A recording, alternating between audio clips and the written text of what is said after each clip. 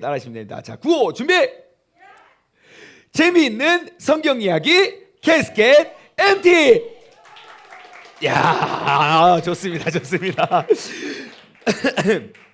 네, 우리 지금 영상을 통해서 함께 하시는 분들도요. 예, 여러분 꼭 아까 친구들이 카메라를 만졌네요. 카메라가 살짝 이렇게 움직였는데요. 예, 우리 친구들이 분명히 미나가 여기 지나갔습니다. 예. 자, 그래서 아무튼 네, 우리 복습을 하고요. 우리가 지금 이제 또 오늘 진도를 우리가 함께 나아갔으면 좋겠는데요. 신약 성경에 대해서 우리가 신약 성경의 큰 그림을 그리고 있습니다. 다리를 그냥 통째로 옮기면 될 것 같아요. 네. 오, 예. 자, 우리 신약 성경의 큰 그림을 그리고 있는데요. 구약 성경은 CASKET 이 6개의 사건. 오늘 오랜만에 복습하면 크리에이션 창조 사건, 그 다음에 아브라함의 언약과 약속을 이루어가고 사이나이, 그래서 출애굽한 백성들이 시내 산에서 하나님의 언약과 약속을 받고, 그 다음에 왕정기 왕정기 시대로 넘어갔다가 그 선지자를 통해서 주님 말씀에 순종해라 그런데 끝까지 말을 안 들었다가 그 다음에 이제 엑사일 망령됩니다. 이제 포로 생활을 하다가요. 마지막 템플 성전이 재건되는 것이 이제 구약의 역사이고, 그리고 이제 신약은 EMPTY 이 5개의 시대를 우리가 함께 나눠보고 있습니다. 먼저 E는 무엇입니까? Expectations, 대망의 시대입니다. 기원전 430년부터 기원전 6년 예수님께서 태어나기 전까지를 우리는 대망의 시대라고 이야기하고요. 그 다음에 두 번째는 M, 메시아 시대입니다. 기원전 6년부터 기원 후 33년까지 메시아 시대. 그 다음에 P는 펜타코스트, 오순절 시대입니다. 기원 후 33년부터 이제 65년을 우리는 오순절 시대로 보고요. 그리고 T는 티칭, 가르침의 시대인데, 가르침의 시대 역시 기원 후 33년부터 95년까지 예수님의 제자들이 이제 흩어져서 복음을 쭉 증거하고 가르치고 있는 신약 성경의 대부분의 서신서들이 바로 오순절과 가르침의 시대에 속해 있다는 것을 여러분 아실 수 있습니다. 마지막으로 이제 하나의 예언서가 있지요. Yet to come, EMPTY, Yet to come, 아직 임하지 않은 시대이고요. 기원 후 95년부터 지금까지 아직 임하지 않은 우리 그 계시록의 시대를 우리는 살아가고 있습니다. 자, 그리고 저희가 기억해야 될 것은 무엇이냐면 캐스켓 MT, 우리가 신구약을 있는 지금 우리 수요 성경 공부의 교재는요, 캐스켓 MT입니다. 그 캐스켓 MT의 의미가 무엇이냐면 캐스켓은 영어로 관이라는 단어고요. MT는 비다예요. 그래서 그 관이 비어 있다. 우리의 구원자 예수 그리스도가 그 구원의 사실과 사건을 보여주고 있다는 것을 우리는 알 수 있습니다. 우리가 한 가지만 더 복습하고, 우리가 지금 신약을 공부하고 있으니까요. 예수님의 12제자의 이름 한 번만 복습하고 우리가 넘어가길 원합니다. 예수님의 12제자, 이제 조금 기록 성경책마다 조금 그 아버지의 이름이 조금씩 다르긴 하지만 우리는 마태복음을 기준으로 우리가 함께 나눠보고 있습니다. 자, 먼저 아버지 3명의 이름을 알면 그 12명의 제자의 이름을 알기 쉽다고 했습니다. 누구였죠? 요한의 아들 시몬아, 요한의 아들, 그 다음에 세베대의 아들, 그 다음에 알페오의 아들. 역시 우리 모범생, 우리 강 학생 우리 강사님 최고예요. 자, 요한의 아들, 세베대의 아들, 알페오의 아들을 우리가 기억하시고, 우리가 기억해야 될 것, 동명이인이 6명 있습니다. 그러니까 3명이 이름이 똑같아요. 바로 시몬, 그 다음에 야고보, 그 다음에 유다입니다. 그래서 시몬 베드로, 그리고 열심당원이었던 시몬, 그리고 큰 야고보, 작은 야고보 있고요. 그리고 가롯 유다와 다데오 유다가 있었죠. 자, 그 다음에 베드로의 동생 안드레아, 그 다음에 야고보의 동생 요한. 자, 그 다음에 다데오 디귿이니까 디귿으로 시작하는 또 다른 제자 도마. 그리고 마가 나왔으니까 마태. 미음 다음 비읍이에요. 비읍은 누구였죠? 빌립과 바돌로메. 이렇게 해서 12명의 제자의 이름을 우리는 정말 쉽게 외웠습니다. 매주 반복하기 때문에 오늘 다 안 외우셔도 돼요. 다음 주에도 반복할 거예요. 자, 그 다음에 이제 오늘 본문으로 우리가 한번 넘어가 보도록 하겠습니다. 자, 우리가 지금 오순절 시대를 우리가 지금 함께 나눠보고 있고요. 오순절 시대의 사건을 우리가 한번 그냥 쭉 한번 복습해 보죠. 자, 하나님이 교회에게 성령을 부어 주셨고, 그리고 제자들에게 말씀하셨습니다. 예루살렘과 온 유대와 사마리아 땅 끝까지 이르러 나의 증인이 되리라라고 말씀하시면서 그 성령 충만의 첫 번째 증상이 뭐였습니까? 입에 방언이 나오기 시작했어요.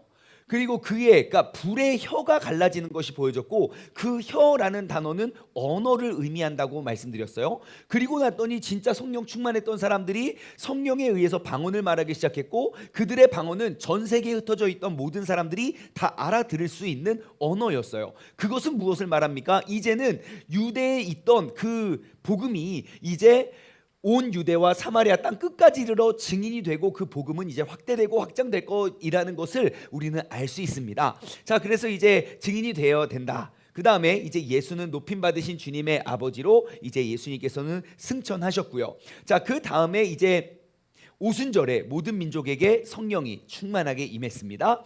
자, 그리고 오늘 새벽에 제가 한 가지 빼먹은 중요한 내용이 있지만 내일 새벽에 말씀드리도록 하겠습니다. 내일 새벽에 이어가도록 하겠습니다. 자, 아무튼 높임 받으신 예수님께서 예루살렘의 하나님의 나라를 이제 확장해가는 내용이 사도행전 1장부터 7장까지, 그 다음에 8장부터 12장까지, 13장부터 쭉 뒤로 18장까지 또 이제 예루살렘과 온 유대와 사마리아 땅 끝까지 이르러 복음에 확대되어져 가는 내용들이 사도행전 28장으로 요약이 되어 있습니다. 그래서 사도행전 1장과 7장은 예루살렘에 확장되는 하나님의 나라에 대해서 우리는 알 수 있고요. 그리고 예루살렘에서 10,000명이 넘게 믿는데, 사실 10,000명보다 저는 훨씬 많다고 봅니다. 그 모인 숫자가, 왜냐하면 지금 남자만 기록되어 있는 남자만 3,000명과 5,000명, 남자만 8,000명이에요.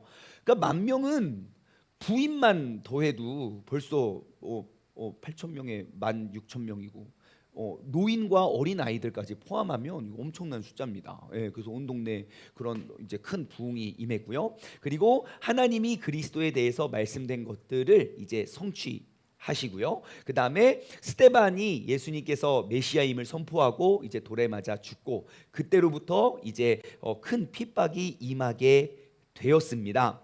자, 그리고 이제 다음으로는 높임 받으신 예수님께서 유대와 사마리아의 하나님 나라를 이제 확장해 나아가는, 이제 아까는 사도행전 1장부터 7장까지 예루살렘에 있는, 예루살렘에서 복음 증거가 전파가 되는 장면에 대해서 나눠봤고, 그 7장의 마지막은 이제 그 스데반이 이제 돌에 맞아 죽는 그러한 죽음이 정말 모든 기독교인 그리스도인들을 죽여버리고 그들을 잊혀지게 하는 방법인 줄로 사람들은 알았지만, 하나님은 8장부터 12장까지 이제 온 유대와 사마리아 지역까지, 그 원수들이 가득했던 이방 민족, 그 잡족들이 가득했던 그 사마리아 지역까지 주님의 복음이 확대되는 하나님의 계획이었음을 우리는 알게 됩니다. 자, 여기까지 우리가 함께 나눠 보았고요.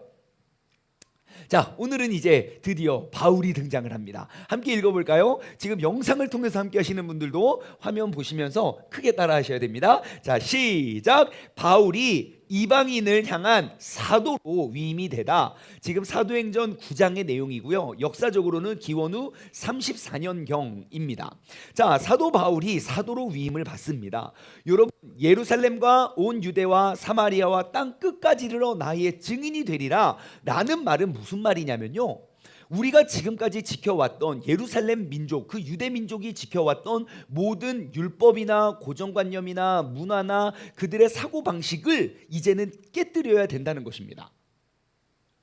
지금 복음이 전파된다는 건, 지금은 우리가 정통을 따지지 않지만 그때만 해도 네가 헬라파 유대인이냐 히브리파 유대인이냐, 그것에 대해서 또 의견이 분분해서 헬라파 유대인들에게는 과부들에게 그 구제를 하지 않았었던, 그렇게 차별이 심했던 때, 그때에 이제 복음 능력, 그 성령님의 능력은요, 그 모든 틀과 고정관념을 다 부셔버리고 예수 그리스도 안에서 우리를 하나로 만들어내신 그런 모든 사람들을 통합하는 그런 놀라운 역사를 이루게 됩니다. 높임을 받으신 예수님께서는요, 그 전통적인 원수를 화해시키셨어요. 예수님의 가르침을 보면 우리가 원수도 사랑하라고 이야기하고 있지요. 그런데 그 원수들만 사랑하는 것뿐만 아니라 나아가서는 이제 외국인들도 이제 예수 그리스도의 자녀가 될 수 있다는 것임을 우리에게 알려주고요. 외국인들도 포함되고요. 또한 교회를 열심히 박해하던 그런 박해자들까지도 하나님은 우리를 박해하는 그 원수를 잡아 죽이는 것이 하나님의 계획이 아니라 그 원수들을 회복시키시고 그 원수들을 오히려 나의 귀한 도구로 사용하셔서 하나님께서는 원수까지도 가지고 계신 그런 놀라운 계획을 우리는 알게 됩니다. 여러분, 우리가 여기서 확인할 수 있는 것은 예수 그리스도의 포용력입니다. 주님의 포용력. 여러분, 우리가 신앙생활하는 믿음의 사람이라면 나의 포용력으로 우리가 신앙생활하는 게 아니라 내가 끊임없이 주님의 포용력으로 우리가 닮아가고 나아갈 수 있는 사람이 되어야 할 줄 믿습니다. 예, 그래서 우리가 알다시피 이 바울이라는 사람, 이 사울이라는 사람, 그 사람에 대해서 조금 설명해 드리면, 사울은요 기원 후 5년경에 이제 길리기아에서 이제 독실한 유대 가정에서 태어납니다. 그리고 그의 아버지 때에 이제 로마의 시민권을 획득했다고 우리는 봐요. 그래서 그의 장민재 그의 아들로 로마 시민권을 얻어서 태어난 로마 시민으로 태어난 그 아들 사도 바울이 이제 태어나게 되고요. 그래서 그 사실 사울이라는 이름, 그러니까 사울과 바울이라는 이름에 대해서 사람들은 하나님께서 꼭 사람을 사용하실 때 아브람에서 아브라함으로, 뭐 사레에서 사라로, 막 이렇게 뭐 야곱에서 이스라엘로 이름을 바꾸어서 바울도 이전에는 사울이고 그 다음에 바울이라고 해서 이름을 개명했다고 사람들이 많이 오해를 하고 있는데요. 여러분, 원래 이름은 사울. 이 사울이라는 이름은 히브리 이름입니다. 그리고 이 사울이라는 이름이 로마에 이제 다 로마 제국이 통치했고 그 당시에 헬라 문화가 이제 자리하고 있었기 때문에 헬라 그 로마 이름으로서 사울이라는 이름이 파울로스예요. 사울, 파울루스 비슷하죠? 그 히브리 이름이 헬라 이름으로 넘어와서 사울이라는 이름이 그냥 똑같은 이름이에요. 파울루스, 영어로는 폴, 한국말로는 사울이에요. 바울이에요. 바울. 예, 그래서 그 같은 이름이 그냥 다른 언어로 표기 되었다는 것을 우리가 알았으면 좋겠어요. 그래서 이제 이 사울이라는 사람은요 가말리엘 문화에서, 그러니까 그 당시 가장 존경받고 가장 이렇게 성경을 제일 잘 가르치는 그 한 사람에게 열심히 성경을 배웁니다. 뿐만 아니라 사울에게는 굉장한 열정이 있었어요. 그래서 성문 토라와 구전 토라, 그 이전 것과 새로운 것들을 다 배우는 진짜 열심히. 그래서 갈라디아서 1장 14절 말씀 보잖아요. 갈라디아서 1장 14절 보면 나는 조상들의 전통에 대하여 더욱 열심히 있었다라고 바울은 자기 스스로를 이야기합니다.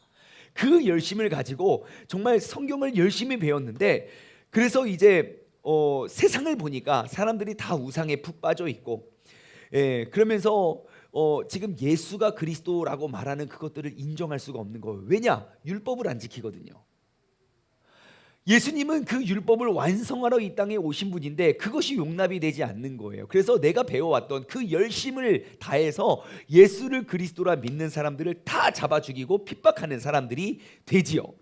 자, 그래서 사울이요 예수님이 약속된 메시아라는 그러한 기독교인 신앙 고백에 분노를 하고요.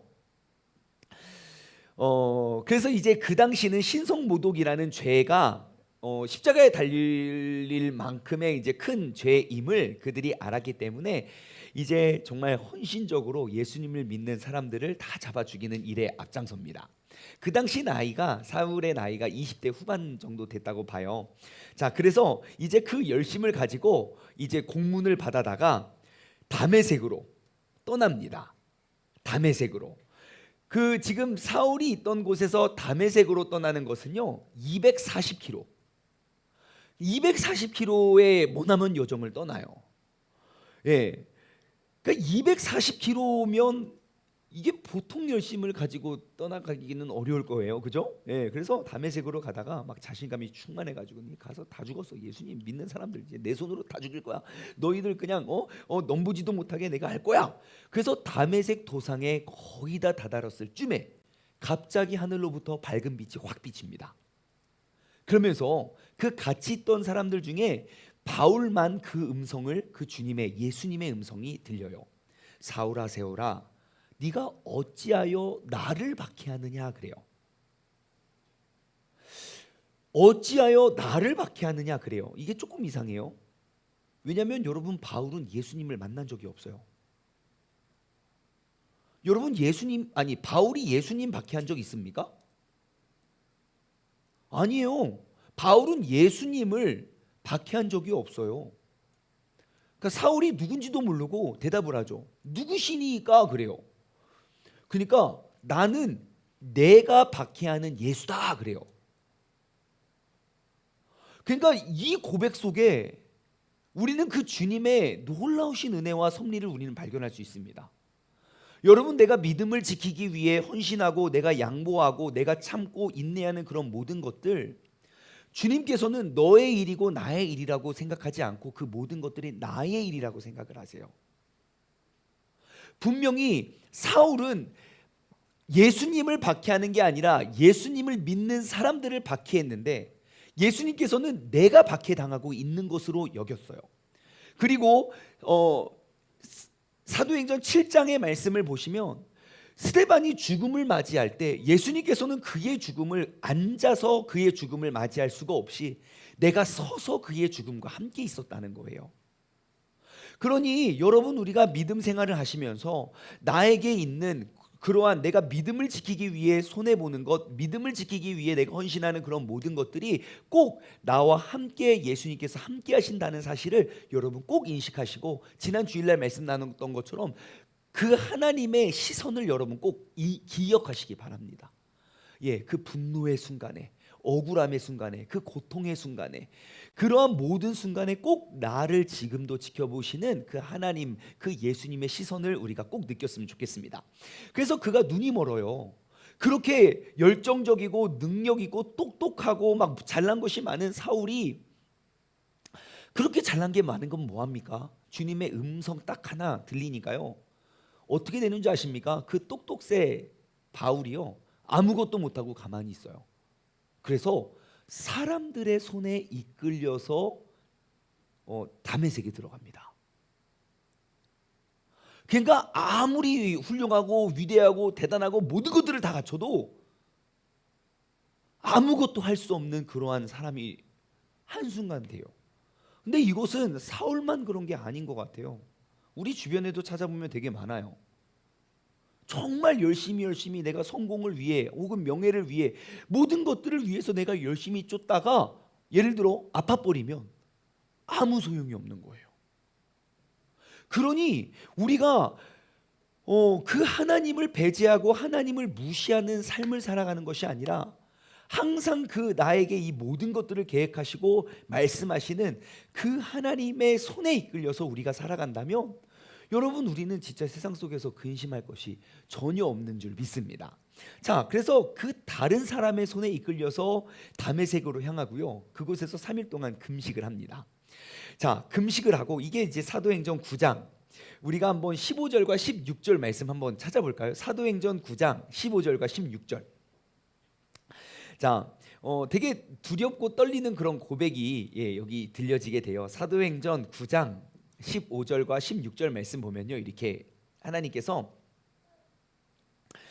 아나니아라는 사람을 딱 불러요. 아나니아라는 사람을 불러서 이렇게 이야기합니다. 주님께서 이르시되 가라 그래요. 그 사울이라는 사람에게 가래요. 다메섹에 왜 왔는데요?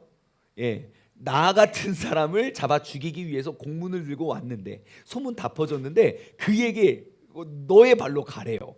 이 사람은 나의 이름을 이방인과 임금들과 이스라엘 자손에게 전하기 위하여 택한 나의 그릇이다 그래요. 그가 나의 이름을 위하여 얼마나 고난을 받아야 할 것을 내가 그에게 보이리라 라고 하나님의 음성이 아나니아에게 임해요. 심지어 바울에게도 임하지 않아요. 바울은 자신이 갑자기 나의 모든 생각했던 그런 모든 계획과 이런 것들이 다 무너지기 뭐지 하고 있는 상황에 하나님께서는 아나니아에게 그렇게 말씀을 하세요. 그리고 아나니아가 어떻게 하는지 아십니까? 얼마나 두렵고 떨려요. 근데 아나니아는요, 용기를 내어서 순종합니다. 용기를 내어서 순종해요. 자, 여러분, 우리가 믿음의 도전 그리고 말씀에 대한 순종에는요, 여러분, 우리의 용기가 필요합니다. 근데 요즘 우리의 신앙생활의 모습을 보면 순종해야 되는 건 알지만 용기를 내려고 하지 않는 것 같아요. 그냥 나의 상식선에서 거기까지만 우리가 헌신하고 거기까지만 순종하는 것 같아요. 하지만 여러분 보십시오. 사도행전에 기록되어 있는 모든 이적들, 그들은 용기 내어서 내가 나의 상식을 벗어난 순종이 그들의 삶을 바꾸어내는 그런 간증을 만들어냈다는 거예요. 사울이 변화됐다는 소문을 듣고 아나니아가 간 게 아니에요. 하나님의 말씀과 그의 명령에 내가 순종하여 나 가면 죽음을 각오하고 가는 거예요.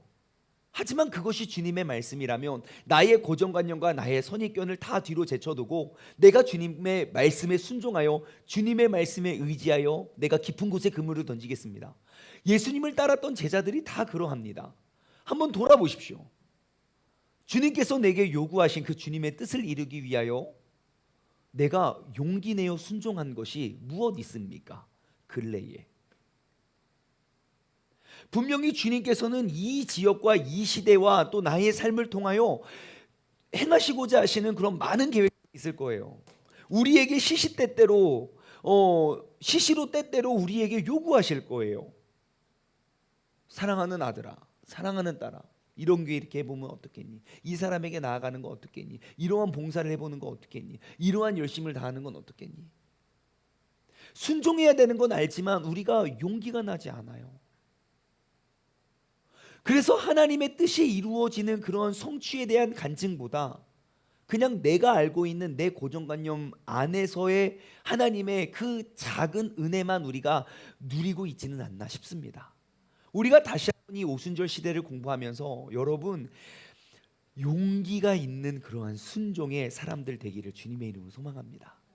무엇이 달라지냐면요, 내가 그 용기를 더하지 않으면 내 고정관념 속에서의 하나님의 일하심을 보지만 내가 용기 내어 나아가면요, 하나님의 계획하심 속에 내가 그 은혜를 누리게 됩니다. 아나니아는 상상하지도 못했던 그 예수를 예수 믿는 사람을 다 잡아 죽였던 그러한 바울이라는 사람이 예수 그리스도께서 계획하신 그런 놀라운 그러한 그릇임을 그가 알지 못했었지만 이제는 그가 믿음으로 나아가서 그를 변화시켰고 그가 주님의 자녀가 된다는 사실을 우리가 기억하시기 바랍니다. 자, 그 다음 이제 하나님은 바울만 변화시킨 게 아니라 이제 이방인의 백부장이었던 고넬료라는 사람을 변화시킵니다. 함께 읽어볼까요? 시작. 베드로가 하나님을 믿는 로마인 고넬료를 방문한다. 이제 사도행전 10장과 11장의 내용입니다. 이제 바울이라는 사람은 이따가 나중에 이제 계속 이야기가 나올 거예요.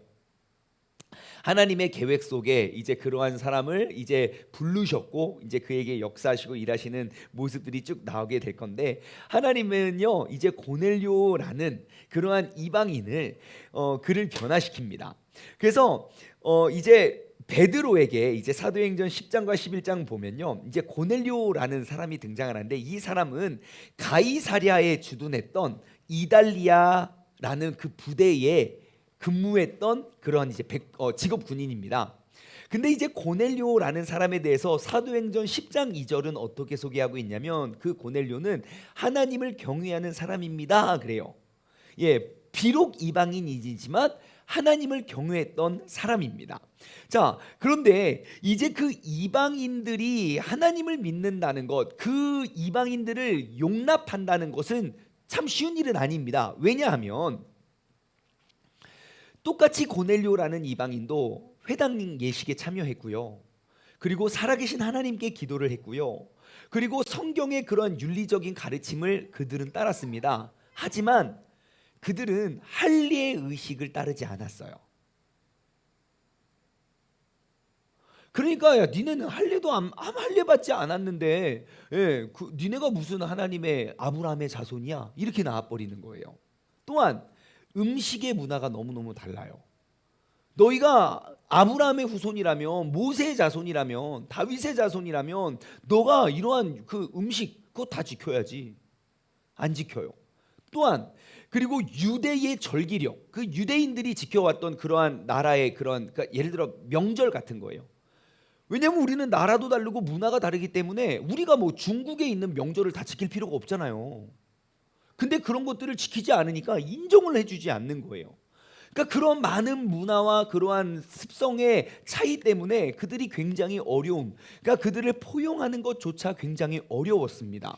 그래서 사도행전 10장에 보면요, 천사가 환상 가운데 고넬료에게 나타나시고 또한 베드로에게 나타나는 장면을 봅니다. 자, 그리고 굉장히 신기하게 꼭 오후 9시, 그러니까 9시 기도 시간에, 그러니까 오후 3시 기도 시간에 또 하나님이 그 환상을 딱 보여주시는데요. 고넬료가 있던 곳으로부터 65km나 떨어져 있던 이제 요빠라는 곳에서 시몬 베드로를 부릅니다. 베드로에게 또다시 이제 똑같이 이제 환상이 보여져요. 어떠한 환상이냐면 하늘에서 각종 짐승과 파충류, 새 이런 것들이 담겨 있는 보자기가 후루룩 내려와요. 거기에는 이제 부정한 그러한 짐승들과 그런 것들이 있는 거예요. 그래서 말합니다. 베드로야, 저거 먹어라. 그 베드로가 이거 어떻게 먹습니까? 이 부정한 것들 난 못 먹습니다. 그러니까 야, 부정하다 생각하지 말고 그냥 먹어. 그거 하나님이 깨끗하게 하신 것 있으니까 먹어. 여러분, 그래서 우리가 지금 다 먹는 거예요. 예, 그 민수기 이런 데 보면요, 먹어야 될 거 먹지 말아야 될 거 막 정한 음식 부정한 음식 쭉 나오거든요. 레위기 이런 데 보면. 예, 근데 우리는 왜 먹어요? 이거 먹으면 안 되지 않아요? 예. 지금 그때는 그것만이 전부였지만 이제 예수님께서는 사마리아와 온 유대와, 아니죠, 예루살렘과 온 유대와 사마리아 땅 끝까지 이르러 예수 그리스도 그 새로 맺어진 그 약속의 율법은 예수 그리스도에 의해서 우리가 정결해질 수 있는 것이지 부정한 것을 먹었냐 정한 것을 먹었냐가 아니기 때문이죠. 그래서 우리는 삼겹살을 맛있게 구워 먹고 있죠. 엄청나게 그렇습니다. 자, 그리고 그래서 아무튼 그렇게 해서 너 먹어라 그래요. 그러니까 우리가 알 수 있는 건 그 환상을 통해서 알 수 있는 건 이제 더 이상 음식의 법이 언약 공동체의 기준이 되지 않는다는 거예요. 우리가 이렇게 생각하면요, 때때로 내가 이미 가지고 있는 내 머릿속에 있는 그러한 고정관념이 우리의 신앙 성장을 가로막을 때도 굉장히 많습니다. 요즘 시대는 많이 없어지긴 했는데요, 제가 중학교 고등학교 때까지만 해도 저는 고등학교 때 기숙사 생활을 했거든요. 그러니까 전국 각지에 있는 모든 많은 목사님 가정의 아들 딸들이 굉장히 많이 모였어요. 근데 각자 지키는 율법이 다 다른 거예요. 모여서 주일날 우리가 PC방 가자, 그걸로 한참 싸웠습니다. 주일날 PC방을 가도 되냐 마냐. 그랬더니 완전 또 보수, 그때만 해도 그런 말이 있었어요. 우리 부모님은 주일날 쇼핑을 한 번도 한 적이 없다고. 주일날 돈 쓰지 말라고. 그렇게 배웠다고. 우리가 다 타락시켰죠, 그 친구를. 괜찮아 써도 돼. 그래서 우리가 굉장히 타락시키는데 일조를 했지만, 근데 지금은 그러한 이야기조차 하지 않아요. 요즘 시대 여러분 주일날 일하면 큰일 날, 지옥 갑니다 이렇게 설교했다가는 안 돼요. 근데 옛날에는 그런 설교가 막 됐다니까요. 예. 그러니까 우리의 고정관념이 그 구원의 역사에 큰 방해가 될 때도 있었다는 것. 하지만 우리가 기억해야 될 것, 하나님께서 하셨던 그 성령 충만했던 사람들이 바울을 변화시켰고, 그리고 고넬료라는 사람을 변화시켜서 하나님의 영광을 위한 도구로 쓰임 받았다는 것입니다. 자, 넘어가겠습니다. 이제 사도행전 10장 함께 읽어볼까요? 시작. 베드로의 설교, 예수님을 믿는 모든 자는 용서를 받는다. 자, 이제 베드로의 설교가 등장을 합니다. 그 베드로의 설교의 핵심 딱 한 구절을 뽑으면 사도행전 10장 43절 한번 보겠습니다. 사도행전 10장 43절. 베드로가 설교했던 그 성령 충만해서 그가 전했던 설교의 핵심 구절. 시작. 그에 대하여 모든 선지자들도 증언하되 그를 믿는 사람들이 다 그의 이름으로 힘입어 죄사함을 받는다 하였느니라. 아멘. 그를 믿는 사람이 다 그의 이름을 힘입어 죄사함을 받는다는 거예요. 율법을 지켜야 죄사함을 받거나 내가 뭐 누구 자식이기 때문에 죄사함을 받는 게 아니라 예수 그리스도의 이름에 힘입어서 그를 믿는 모든 사람들이 죄사함을 받을 수 있다는 것입니다. 그래서 베드로는 그 고넬료 가족에게 하나님께서 예수님을 우리의 구원자 메시아로 보내주셨고 우리는 그분만이 만유의 주라는 그러한 좋은 소식을 전해 듣게 됩니다. 그래서 계속 이제 나중에 바울의 설교도 마찬가지인데요. 모든 선지자들은 오실 메시아를 예언했고요. 그리고 예수님의 공생애 동안에는 내가 그 약속된 언약의 그러한 주인공이다라는 메시아됨을 입증했고요. 그리고 예수님께서 떠나신 그 다음에는 이제 예수님의 죽음과 부활을 통해서 하나님의 약속이 성취되었다는 것, 그것을 계속해서 이야기합니다. 여러분, 예수 그리스도의 보혈의 능력은 어디에 있습니까? 모든 죄와 모든 사람들을 포용할 수 있는 그러한 놀라운 포용력이 있다는 사실을 여러분 꼭 기억하십시오. 그래서 우리가 예수 그리스도를 생각하고 예수 그리스도의 은혜가 우리 안에 있을 때야 우리는 원수들도 사랑하고 나에게 상처를 준 사람도 우리는 품을 수 있다는 것입니다. 반대로 뒤집어 보면요, 우리가 누군가를 너는 이래서 안 되겠다, 야 너는 이래서 더 아우야 하나님이 여기까지 용서해도 야 여기는 내가 봐도 너는 이제 지옥행이다. 우리가 그렇게 감히 말할 수 없다는 거예요. 그 사람이 언제든 어떠한 모습으로든 회개하고 돌아올 때 주님께서는 그때를 기다리시고 그들까지도 구원해 주신다는 그러한 것을 우리는 꼭 인식하시기 바랍니다. 자, 그래서 이제 베드로는요, 하나님의 백성 가운데 이제 이방 민족, 그 이방 민족도 다 구원을 받을 수 있다는 것. 그래서 누구든지 예수 믿으면 멸망하지 않고 영생을 얻으리로다. 네, 우리 요한복음 3장 16절 말씀과 같이 정말 누구든지 예수님을 믿으면 그 예수 그리스도로 말미암아 우리는 구원에 이르를 수 있는 사람이 되는 줄 믿습니다. 자, 그래서 이제 하나님께서 이제 계속 교회가 복음 안에 이제 하나님의 뜻하신 바를 이루어가는 사람들, 이제 그 예루살렘의 유대인들만 믿었던, 그러니까 그들은 문화도 똑같고 음식도 똑같고 모든 율례가 똑같았지만 이제 복음이 확대되면 확대될수록 우리가 알아야 될 사실들이 있어요. 그게 무엇이냐? 하나님을 믿는 이방인들과 유대인들이 서로 뭘 해야 되냐면요, 서로를 용납하고 품을 수 있는 지혜와 겸손과 양보가 필요했습니다. 우리가 더욱더 지혜로워야 되고 더욱더 겸손해야 되고 그리고 그들을 포용할 수 있는 양보가 필요했던 거예요. 사도행전 11장 18절 말씀 보면요, 이제 유대인과 이방인들은 믿음으로 그리스도 안에서 하나가 된다는 것을 이야기해요. 자, 완전히 다른 문화권과 다른 고정관념과 다른 생각을 갖고 있던 사람들이 어떻게 하나가 될 수 있느냐? 자, 양쪽 모두 다 그리스도의 대속, 그러니까 우리의 죄를 대신하기 위하여 죽으셨고 살아나셨음을 그들 모두는 고백했어요. 또한 양쪽 편 모두 인종이 아닌 예수 그리스도에 의한 나는 옛사람이 아닌 새사람의 정체성으로 살아가면 된다는 거예요. 그것이 중요한 구원의 핵심이지, 우리가 그 이외의 것들은 서로들 양보하고 용서할 수 있는 사람이 되어야 하고, 그래야 우리가 예수 그리스도 안에서 하나가 될 수 있다는 사실을 우리가 꼭 기억했으면 좋겠어요. 그래서 이 시간 우리가 다시 한번 점검해 보았으면 좋겠습니다. 나는 연합과 하나됨을 위해서 무엇을 양보했습니까? 내가 신앙생활하면서 나와 다른 생각을 하고 나와 다른 마음을 가지고 다른 계획을 갖고 있는 사람들에 대해서 나는 어디까지 양보했습니까? 여러분, 우리가 예수 그리스도께서 나의 구원자 되신다는 그 하나의 진리, 그 주님, 믿는 모든 사람들은 한 가족이 될 수 있다는 그 사실 속에 여러분 우리가 다른 그렇게 중요하지 않은 것들은 서로 양보하고 또 지혜롭게 더욱더 겸손할 수 있는 우리 모두가 되었으면 좋겠습니다. 자, 넘어가겠습니다. 자, 이제 칼리굴라가 이제 제가 세 명의 황제에 대해서 이제 쭉 이야기를 할 건데요. 자, 아무튼 시간이 되는 대로 우리가 한번 황제의 이제 그 당시에 있었던 황제에 대해서 한번 살펴봅시다. 자, 함께 읽어볼게요. 시작. 칼리굴라가 로마의 황제로 통치하다 그래요. 자, 지금 이 오순절 시대에 있었던, 다시 말해 좀 크게 보면 예수님께서 태어나시고 죽으신 그때 시대는 로마가 전 세계를 지배했던 때입니다.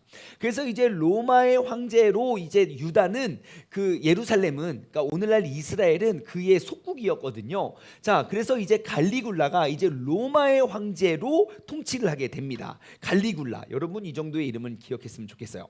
자, 로마 사회의 타락과 부도덕성이요 갈리굴라 황제의 통치 기간에 더욱더 커집니다.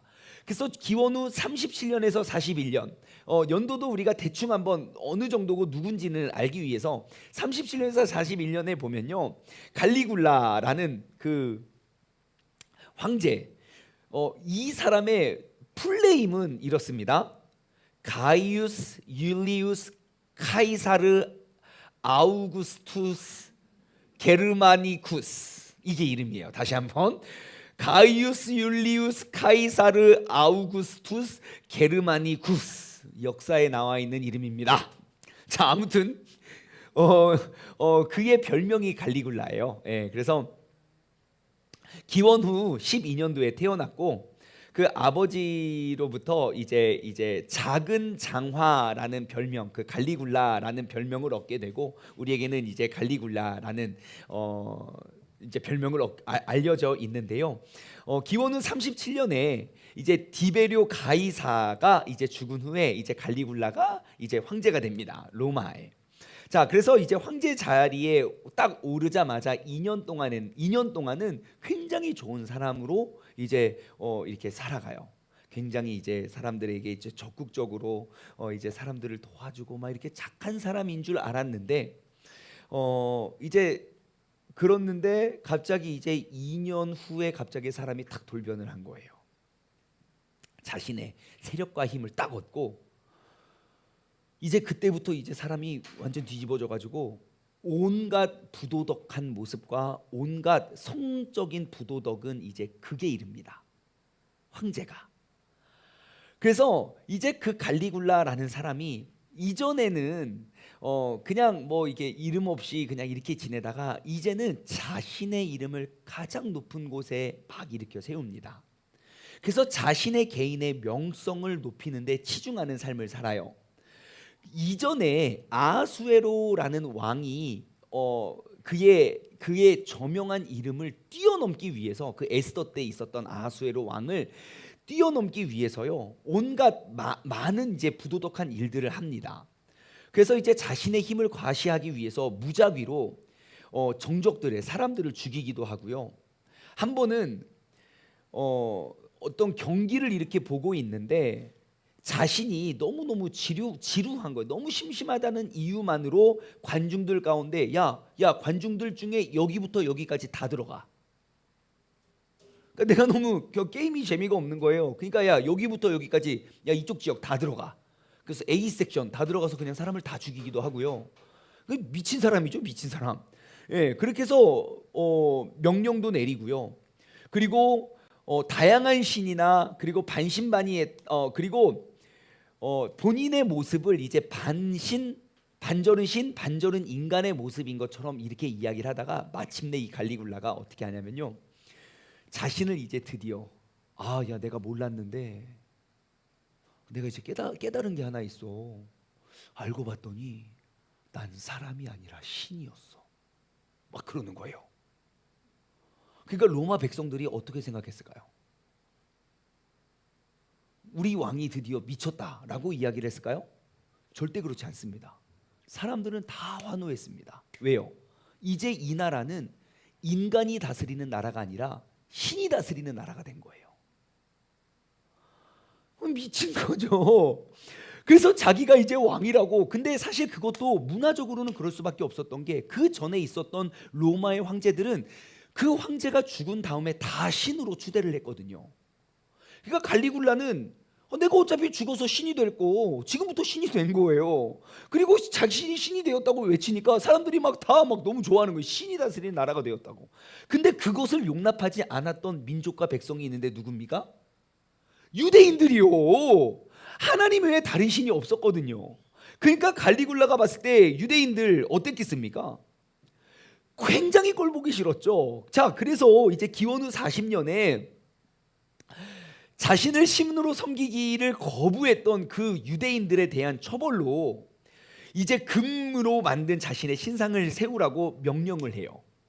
그래서요, 수천 명이 가이사랴에게, 아까 그들을 다스렸던 가이사르 황제, 여기는 갈리굴라고, 가이사라 황제에게 우리가 차라리 이렇게 저 갈리굴라의 신상에 엎드려서 절을 하느니 우리를 차라리 죽여달라고 막 몇천 명이 데모를 합니다. 마치 다니엘과 세 친구가 떠올르죠. 예, 그래서 우리를 막 그 느부갓네살의 신에 우리가 엎드릴 수 없다. 똑같이 그렇게 막 이야기를 해요. 그래서 그 당시 수리아 지역의 이제 로마 총독이었던 푸블리오 페트로니우스라는 사람이요, 이제 용감하게 이 수천 명의 사람들을 살리기 위해서 용감하게 딱 이렇게 의견을 냅니다. 그 왕께서 내리신 그 칙령, 그러니까 신상을 만들어서 다 죽이라는 그 칙령을 따를 수 없습니다라고 딱 선포를 해요. 그러니까 하나님은 항상 필요한 때에 필요한 사람을 사용하신다는 거예요. 그래서 그렇게 딱 말을 했어요. 어떻게 됐을까요? 예, 바로 잡혔죠. 그래서 그 사람 바로 잡혀서 갈리굴라가요, 황제 칙령을 제지했다는 이유로 그 페트로니우스라는 사람을 처형하라라는 명령을 편지로 써요. 그리고 그를 보내요. 근데 놀랍고 신기하게 그 편지를 갖고 오던 그 배가 파손이 돼요. 그래서 그 공문을 갖고 오던 전달자들이 폭풍을 맞아서 그거를 전달하지 못하고 3개월 동안 지체가 돼요. 근데 그 3개월 동안 지체되는 동안 어떠한 일이 벌어지는지 아십니까? 갈리굴라가 41년에 죽어요. 그러니까 이 사람을 잡아 죽여라라는 명령을 전달되어져 가고 있는 상황 속에 이 사람이 먼저 죽어요. 그래서 결국 그 몇천 명의 사람도 살아나게 되고, 그 갈리굴라의 그 만행 속에 하나님께서는 그들을 지켜주셨다는 것, 그 하나님의 편에 섰다는 선 사람들을 하나님께서 지켜주셨다는 사실을 우리는 알게 돼요. 그래서 여러분, 항상 세상이 아무리 험악해지고 막 우리 이러면 다 죽는 거 아니에요. 절대 죽지 않아요. 걱정하지 마십시오. 다 죽을 것 같아 보여도 여러분, 우리가 용기 있게 믿음으로 도전하면 하나님께서는 반드시 지금도 그 하나님의 일들과 약속과 역사를 이루어 가고 계시는 줄 믿습니다. 다음, 자, 이제 다른 왕을 제가 소개합니다. 그의 이름은 바로 헤롯 아그리파 1세. 함께 읽어볼까요? 시작. 헤롯 아그리파 1세가 이스라엘의 왕으로 다스립니다. 자, 아까 갈리굴라는 로마, 그 전체 로마의 황제였고요, 이제는 그 이스라엘 지역의 왕으로 헤롯 아그리파 1세. 혹시 신약 성경에 나오는 헤롯이라는 이름이 7명이라고 말씀드렸어요. 헤롯 아그리파 1세는 헤롯 대왕, 초대 헤롯이에요. 헤롯 대왕의 어떤 관계인지 기억나십니까? 오, 맞아요. 정답이 우리 소원이가 맞았어요. 손자예요. 손자. 그래, 들으셨죠? 분명히 손자라고 이야기했어요. 자, 헤롯 대왕의 이제 손자가 됐고요. 그리고 그의 아들이 헤롯 아켈라오, 헤롯 안티파스, 헤롯 빌립이 3명의 아들이 헤롯 대왕이 다스렸던 그 지역의 분봉왕으로 3개로 쪼개서 나라를 나눠줬죠. 예, 근데 헤롯 아켈라오가 잘못 통치해서 거기는 이제 로마의 이제 그 고위층 간부가 이렇게 해서 다스렸던 나라가 되었다는 것, 이제 여러분 역사적으로 아시죠? 자, 이제 헤롯 아그리파 1세가 이스라엘 왕으로 다스리게 됩니다. 자, 이제 그 헤롯 아그리파 1세는요, 헤롯 대왕의 손자였고요, 기원전 11년에 태어납니다. 그래서 이제 로마의 상류층 교육을 다 받았고요. 그리고 굉장히 화려한 생활을 이제 유지하다가 나중에는 막 엄청난 빚더미에 오르긴 합니다. 자, 그런데 그의 삼촌이었던 헤롯 안티파스, 예, 그 손주니까요. 그의 삼촌이었던 헤롯 안티파스가 개입해서 자신의 다스리는 그 갈릴리 지역에 이제 갈릴리 지역을 네가 이렇게 좀 다스리면 어떠냐, 유대 갈릴리 지역 그 지역을 다스리면 어떠냐라고 제시를 합니다. 근데 그 삼촌 그 헤롯 안티파스와 그런 이제 논쟁 끝에 이 아그리빠가 뭘 결정하냐면요, 로마로 달려가서 이 갈리굴라의 총애를 구합니다. 그러니까 뇌물을 내가 당신한테 해서 당신이 맡기는 게 아니라 내가 더 높은 사람에게 맡겨서 의탁을 해서 내가 더 큰 자리를 하고자 하는 그런 야망을 가지고 그 할아버지 똑 닮았어요. 예, 그래가지고 총애를 구합니다. 그런데 그래서 이제 그 내가 누구의 줄을 타느냐를 잘 알고 있어서 갈리굴라에게 가요.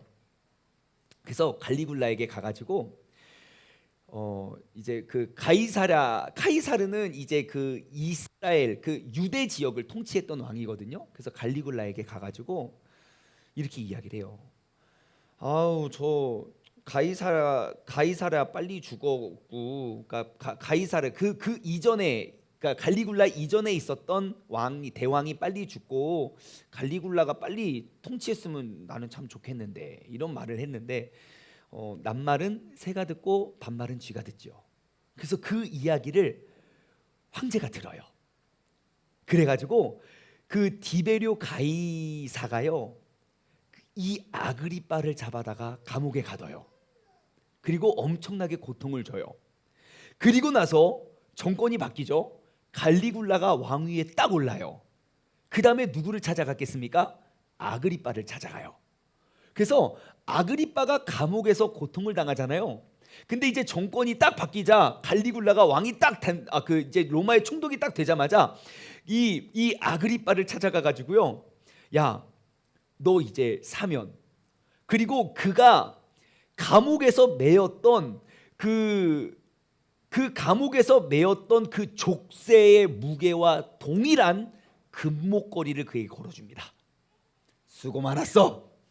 이제 내가 한 자리 줄게. 대단하지 않습니까? 이 정도 뭐 해준다면 뭐. 자, 그래가지고 아그리빠가요 그 북쪽 영토의 왕으로 선정이 돼서 이제 그쪽 지역을 다스리게 돼요.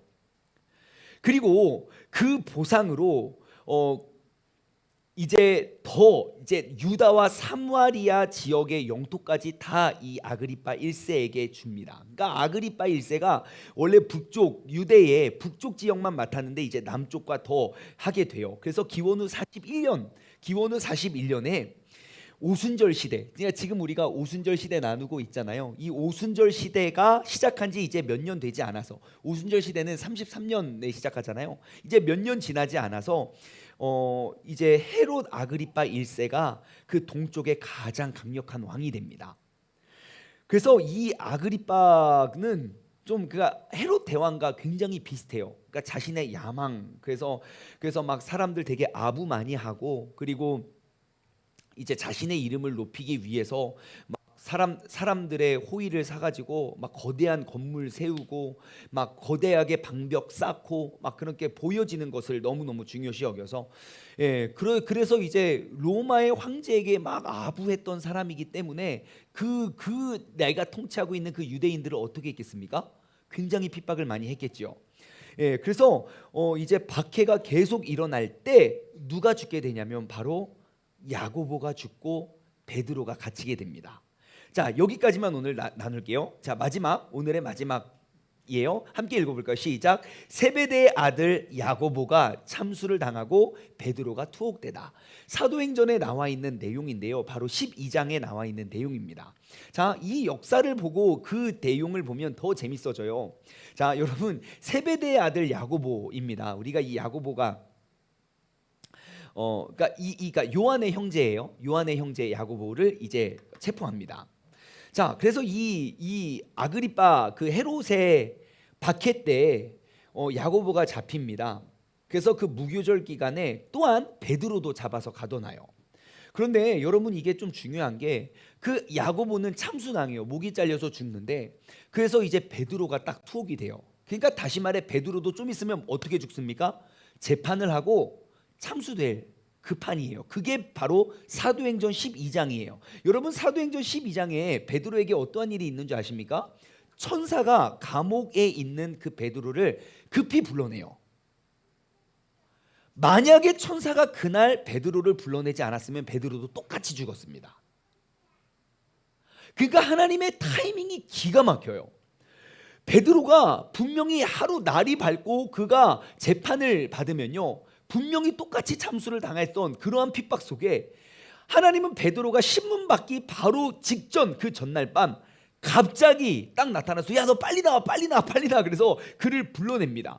사도행전 12장 6절부터 12절 여러분 나중에 한번 보십시오. 되게 재밌어요.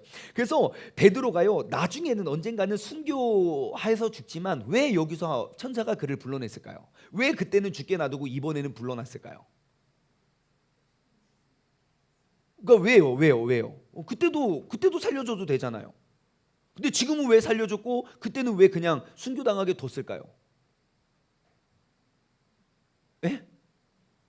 뭐요? 예수님도 그래요. 힌트, 예수님. 뭐죠? 아직 그에게 남겨진 사명이 있기 때문이에요. 만약에 베드로의 사명이 끝났으면 이때 죽었을 거예요. 하지만 그를 통하여 하나님께서 행하실 일이 남아있기 때문에 하나님께서는 그를 불러내어서 구해주셨다는 거예요. 그러면 여기서 힌트, 여러분, 내가 지금 아직 이렇게 멀쩡히 살아서 숨을 쉬고 있다, 그것은 무엇을 의미합니까? 하나님의 나에게 남겨주신, 나를 통하여 이루어내실 하나님의 사명이 남겨져 있다는 것이죠. 여러분, 우리는 그 사명을 쫓아 나아가야 되는 사람임을 기억하시기 바랍니다. 그래서 여러분, 우리가 오늘 저녁 이 성경 공부를 마치면서요, 우리가 꼭 기억하고 다시 한번 돌아보아야 할 것, 하나님께서 이 저녁에 많고 많은 사람 중에 우리를 택하여 우리를 불러내신 이유가 무엇이겠습니까? 하나님께서 나를 통하여 행하실 그 일들이 무엇인지 우리가 그 사명을 발견하길 소망합니다. 뿐만 아니라 우리가 함께 계속 점검하고 돌아보았던 것처럼 여러분, 우리는 정말 하나님의 그 놀랍고 위대한 그 복음 전파, 온 민족과 온 백성을 구원하고자 하시는 하나님의 사명을 감당하기 위해 내가 용서하고 내가 허용하고 내가 연합을 위해 양보했던 것은 무엇인가, 우리가 또 점검하고요. 우리가 항상 나의 고정관념 속에 내가 알고 내가 친한 사람들만 우리가 믿고 따라갔지만 하나님은 분명 사울이라는 사람을 통하여 일하셨고 고넬료라는 그러한 로마의 장군을 통하여 또한 이루셨던 것처럼 이제 오늘 이 저녁에 나의 고정관념과 틀을 깨뜨리고 내 안에 하나님의 계획을 담지 말고 나의 밖에 하나님의 계획 속에 놀라운 섭리를 발견하며 나아갈 수 있는 믿음의 사람 되기를 주님의 이름으로 간절히 소망합니다. 기도하겠습니다. 오늘 이 시간 우리 한번 1, 2분간만 우리가 함께 합심해서 기도하고요. 그리고 마무리 기도하고 또 주기도문으로 마치길 원합니다.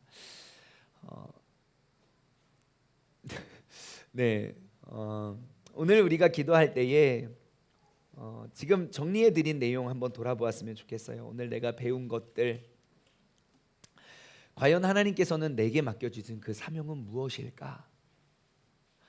우리의 신앙생활과 우리의 믿음 생활은 교회 안에서만 이루어지는 것이 아니라 교회를 떠난 그 자리에서도 이루어지게 됩니다. 우리가 믿음 안에서 우리가 나아가고 우리가 온전히 그 주님의 소명을 이루어갈 수 있는 믿음의 사람 되게 달라고, 우리 다 같이 주님의 이름을 한번 부르짖고 우리가 한번 한 1, 2분간만 합심하여 기도하겠습니다. 주여, 하나님 아버지 감사합니다. 주님께서 오늘 이 저녁에도 우리를 주님 전으로 불러주시고, 아버지 하나님, 우리가 주님께서 내게 맡겨주신 그런 귀한 사명이 무엇인지 돌아보게 하여심에 감사드립니다.